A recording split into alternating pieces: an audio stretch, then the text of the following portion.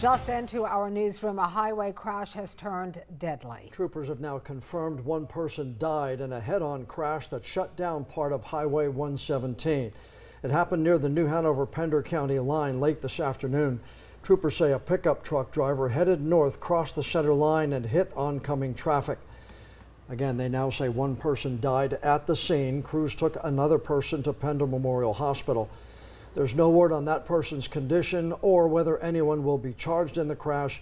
They have not said what caused the pickup driver to cross the center lane. Highway 117 is back open again now to traffic.